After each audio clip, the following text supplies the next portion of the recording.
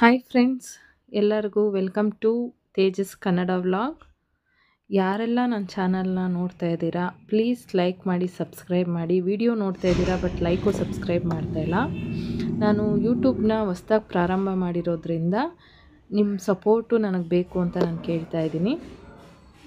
ನವರಾತ್ರಿ ಹಬ್ಬದ ಮೊದಲನೇ ದಿನ ನಾನು ವ್ಲಾಗ್ ಮಾಡಿರೋದಿದು.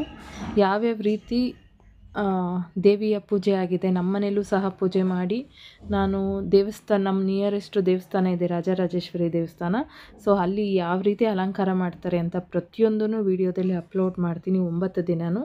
ನನ್ನ ಚಾನಲ್ನ ಸಪೋರ್ಟ್ ಮಾಡಿ, ಲೈಕ್ ಮಾಡಿ, ಸಬ್ಸ್ಕ್ರೈಬ್ ಮಾಡಿ ಅಂತ ಕೇಳ್ಕೊತೀನಿ.